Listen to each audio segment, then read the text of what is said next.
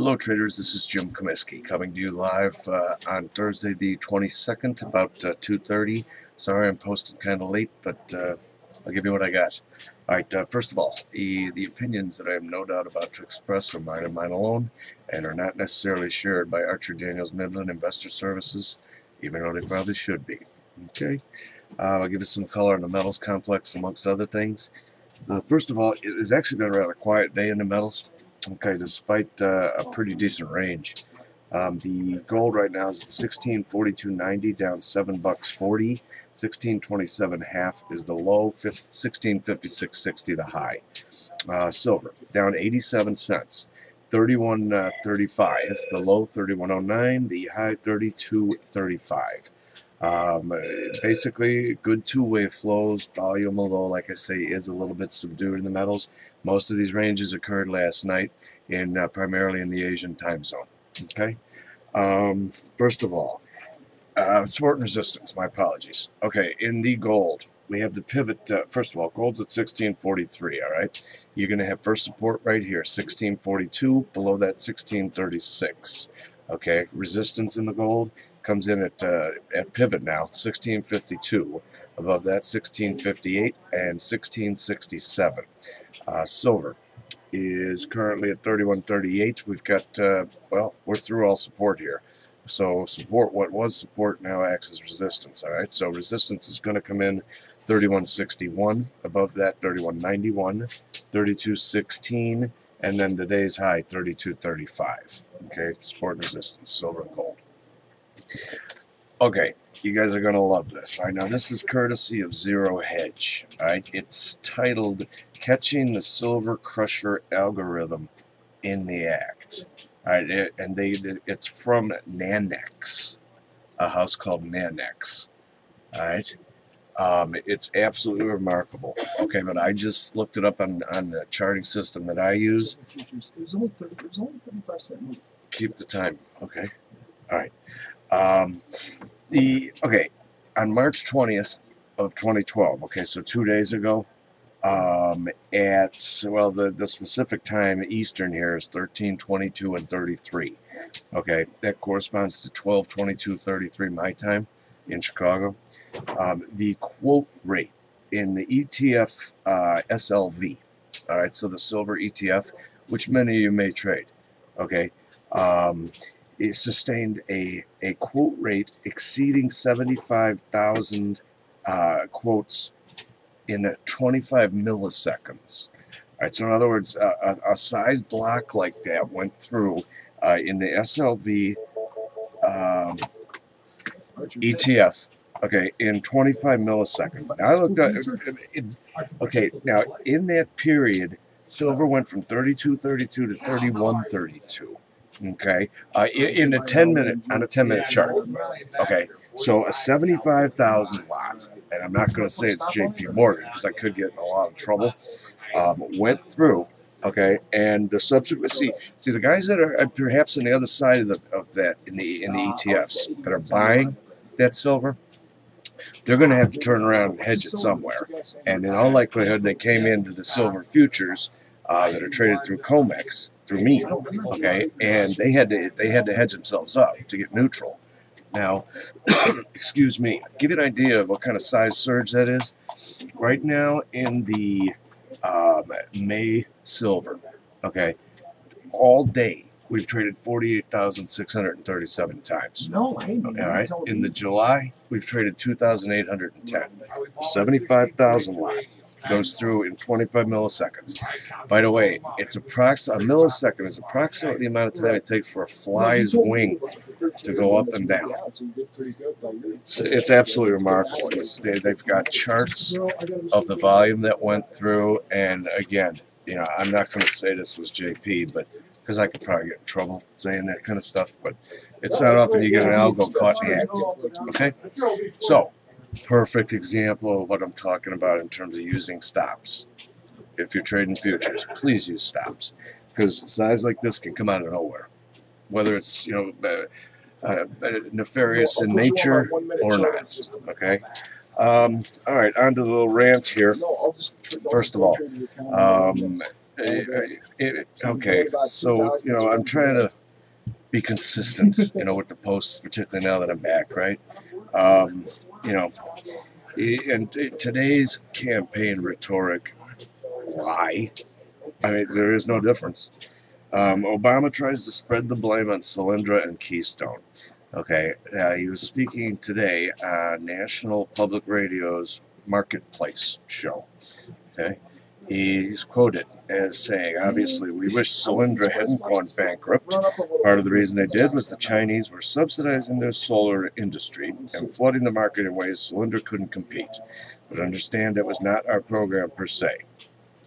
Okay, so he's basically denying complicity with this 500 and how much? 530, $527 million loan that taxpayers are going to have to pick up. Okay, he goes on to explain, okay, that it's so easy sometimes to come up with stuff like this.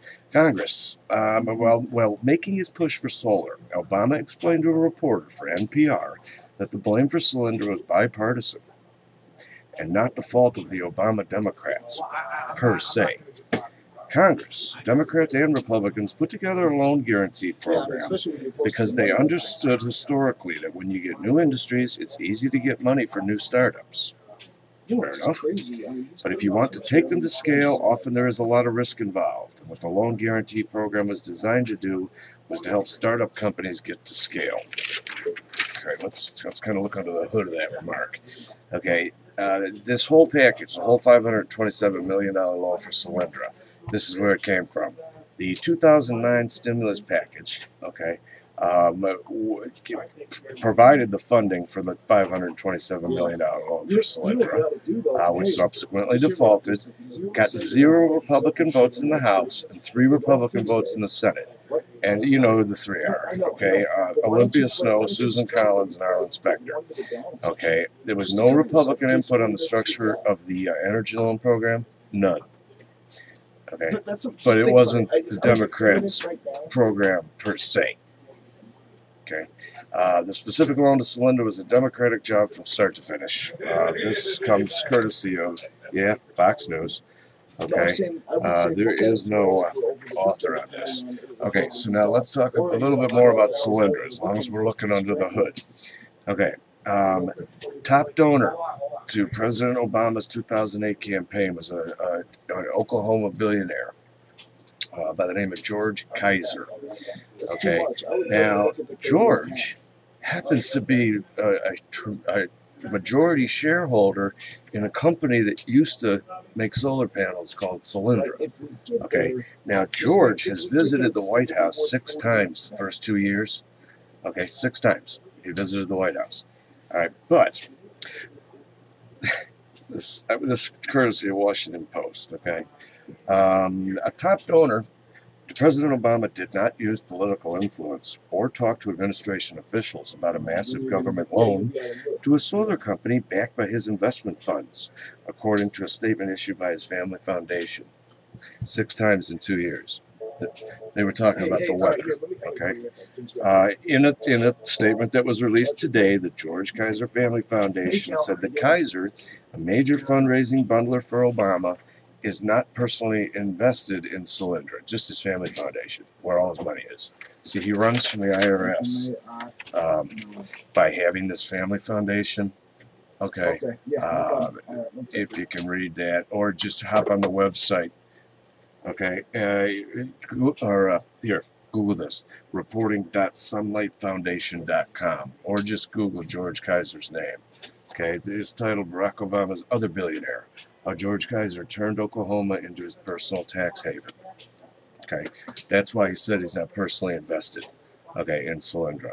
Okay, and he also goes on to claim that he did not participate in any discussions with the U.S. government regarding the loan. Visits the White House 6 times in 2 years. They talked about the weather and maybe Oklahoma Thunder, right? I'm going to go on here. The statement came as House Republicans vowed to more fully investigate the extent of White House involvement in a federal backing for Solyndra. Not necessarily a Democratic program per se. All right. They've said that they have found evidence that the White House tracked the company's application and that officials weighing its proposal knew of the White House's intense interest. Obama and Energy Secretary Stephen Chu visited Solyndra's plant. You remember Stephen Chu? Of course you do. How many? You remember Stephen Chu, the one that doesn't own the car, but he's our energy secretary? Wait, makes perfect sense. Oh, now, by the way, he wants gas prices low. Come on. And, forget it. Okay, and Vice President Biden spoke at its groundbreaking ceremony via live video. Each described the company as a model of the administration's effort to create millions of new green jobs. The primary investors in Solyndra were groups linked to Kaiser, the family foundation, whereas the primary funder, and the investment firm Argonaut Private Equity. Kaiser has been a frequent White House visitor 6 times in the first 2 years of Obama's administration. Okay, but this wasn't a Democrat program per se. I'm born and raised Chicago, and this is an insult to all that is Chicago, but this smells so like Chicago, it's not even funny. And by that I mean the nepotistic, taking care of your buddies on a national level. Okay, I'm done. If you'd like to email me or give me a call at the desk, please feel free to do so. My email address is jim.comiskey@archerfinancials.com, or give me a call at toll-free if you would, 888-935-7979. For those of you overseas, you'd like to call me, my outside number is 312-242-7996. As always, it's been a pleasure talking to you. If you would like to jump on a comment board, please feel free to do so. Myself and Ted both endeavor to respond to your comments, or email me, or call me at the desk, okay? Yeah. Look forward to talking to you again sometime soon. Take care.